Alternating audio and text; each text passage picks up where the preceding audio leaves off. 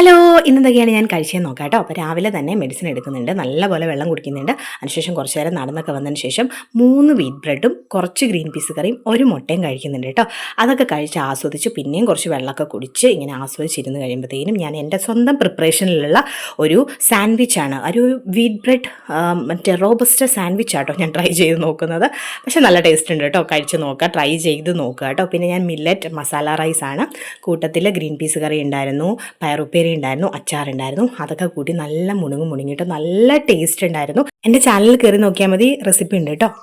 പിന്നെ കുറച്ച് കരിക്കുവെള്ളം കുടിച്ചു കേട്ടോ. കരിക്കുവെള്ളം കുടിച്ചപ്പോൾ ആഹാ എന്തായിരുന്നൊരു സുഖം.